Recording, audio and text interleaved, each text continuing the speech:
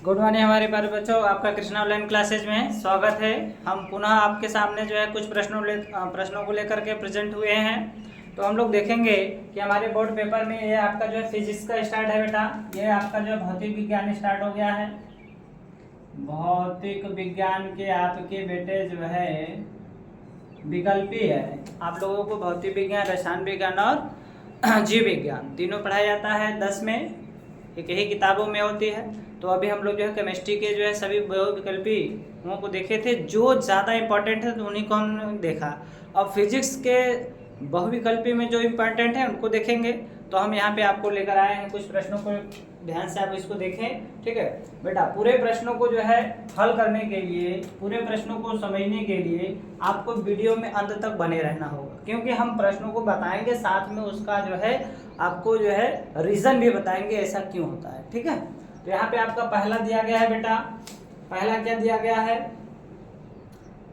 निर्वात में प्रकाश की चाल होती है, ठीक है। निर्वात, जहाँ पे हवा नहीं होती है हम उसे हम कहते हैं निर्वात, ठीक है। जहाँ पे हवा नहीं होती उसे क्या कहते हैं, निर्वात कहते हैं। तो निर्वात में प्रकाश की चाल बेटा ये एकदम बढ़िया से रट लीजिए। अब यहाँ पे दिया गया 3.2 × 10⁸ मीटर पर सेकेंड, यहाँ दिया 4.0 × 10⁸ मीटर पर सेकेंड, यहाँ दिया 3.0 × 10⁻⁻8 मीटर पर सेकेंड, और यहाँ दिया 3.0 × 10⁸ मीटर पर सेकेंड। ये वाला ऑप्शन आपका बिल्कुल सही है बेटा, ठीक है। पावर में आपका देखिए यहाँ पे 3.0, 10 की पावर में आपका यहाँ पे बेटा 8 है, यहाँ पे -8 है। ये ध्यान दीजिएगा, माइनस प्लस का ध्यान दीजिएगा, गलती से इस पे ना लग जाए, ठीक है।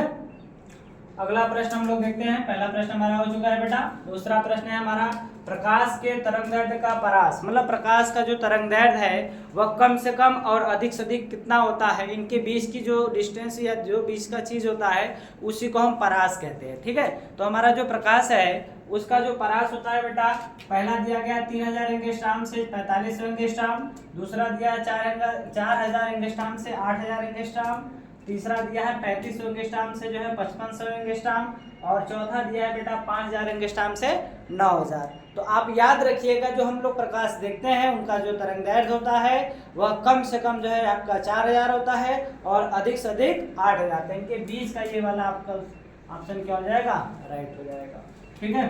दूसरा हमारे पास प्रश्न है बेटा, दूसरा प्रश्न क्या करा है, निम्न में से पारभाषक है। वस्तुएं आपके 3 प्रकार की होती है, पारदर्शी, अपारदर्शी और पारभाषक, जिनमें से प्रकाश पूरी तरह से आर पार हो जाए, पारदर्शक, ठीक है।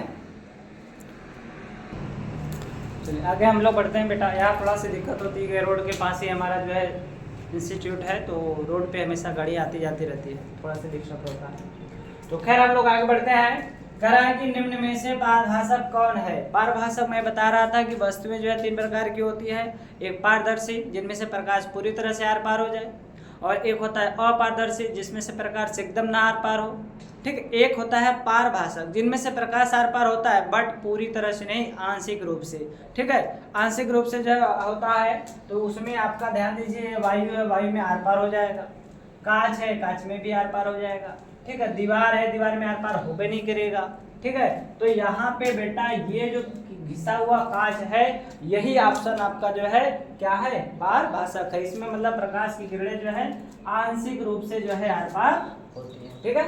तो तीसरा प्रश्न हमारा कंप्लीट हो चुका है। अगला है परावर्तन का द्वितीय नियम है, ठीक है। अब ये दिया गया है आपका इस तरह से, ठीक है। तो आप लोग इसमें पढ़े होंगे, ठीक है, इसमें आप पढ़े होंगे तो आप देखे होंगे कि जो है आपका ये इस तरह का जो है आपको बुक में दिया होगा, लेकिन इनमें से कोई एक ही आपका सही होगा, ठीक है। तो हमने देखा एंगल आई बराबर जो है angle R, angle I does not is equal to angle R. जो कोण आई है वह कोण आर के बराबर नहीं है। कोण आई जो है इज ग्रेटर देन आपका जो है कोण आर, मतलब आई कोण जो है वह आर से क्या है, बड़ा है। और यहाँ पे क्या है, कोण आई इज लेस देन कोण आर। तो यहाँ पे ध्यान दीजिए बेटा, आपका ये जो कोण आई और कोण आर होता है ये दोनों आपस में क्या होते हैं, बराबर होते हैं। ये वाला ऑप्शन आपका सही हो जाएगा। देखिए यहाँ पे मैंने जगह इसलिए छोड़ा हुआ है ताकि हम आपको कुछ बता सके। तो यहाँ पे बेटा ए ऐसे आता है प्रकाश, ठीक है, इस तरह से प्रकाश क्या होता है, जाता है, ये हमारा अभिलंब होता है बेटा। तो ये वाला एंगल और ये वाला एंगल आपस में क्या होते हैं, बराबर होते हैं, ठीक है। ये आई एंगल होता है, ये एंगल क्या होता है, आर होता है। ठीक बेटा, तो इन दोनों का जो वैल्यू होती है वो हमेशा क्या होती है, बराबर होती है। ये वाला ऑप्शन हमारा सही होगा। ठीक है, अगला क्वेश्चन है समतल दर्पण के सम्मुख 6.5 सेमी की वस्तु को रखने पर निर्मित प्रतिबिंब की लंबाई होगी। कर समतल दर्पण के सम्मुख 6.5 सेमी की वस्तु रखने पर निर्मित प्रतिबिंब की लंबाई होगी 5 सेमी, 5.6 सेमी, 6 सेमी, 6.5 सेमी। तो आपको यह ज्ञात हो गया बेटा, समतल दर्पण में आपका प्रतिबिंब छोटा बड़ा नहीं होता है। तो जितना बड़ा हमारा वस्तु रहेगा प्रतिबिंब भी उतना ही बड़ा दिखाई देगा। ठीक है, तो option number D is correct.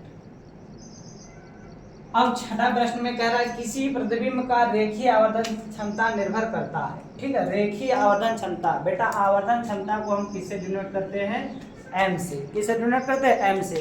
M बराबर आपका फॉर्मूला बेटा होता है आई बाई ओ बराबर वी बाई यू। ये आपका इसके लिए बराबर सूत्र होता है। ठीक है, ये याद रखा करिए, सवाल में आपका यूज में आता है। करा किसी प्रतिबिंब की रेखीय आवर्धन क्षमता m डिपेंड करता है, तो वह किस पे डिपेंड करता है, वस्तु की स्थिति पर, वस्तु के प्रकृति पर, वस्तु के आकार पर, वस्तु की दूरी पर, कि वस्तु आपका जो है दर्पण से कितनी दूरी पे रखा गया है। ठीक है ठीक है, तो यहाँ पे बेटा जो है हमारा जो निर्भर करेगा, कौन सी निर्भर करेगा, रेखीय आवर्धन क्षमता, तो वह डिपेंड करता है बेटा वस्तु के आकार पर, वस्तु किस तरह का है, छोटा है या फिर बड़ा है। तो ये वाला ऑप्शन हमारा क्या हो जाएगा बेटा, सही हो जाएगा। ठीक है, अगला क्वेश्चन कह रहा है उत्तल दर्पण द्वारा बना प्रतिबिंब होता है। ठीक है, उत्तल दर्पण द्वारा बना प्रतिबिंब होता है। ठीक है बेटा, यहाँ पे आपका जो प्रश्न दिया गया है, ठीक है, क्या दिया गया है, ये प्रश्न दिया गया है कि उत्तल दर्पण द्वारा बना प्रतिबिंब होता है आभासी, सीधा व उल्टा। सीधा उल्टा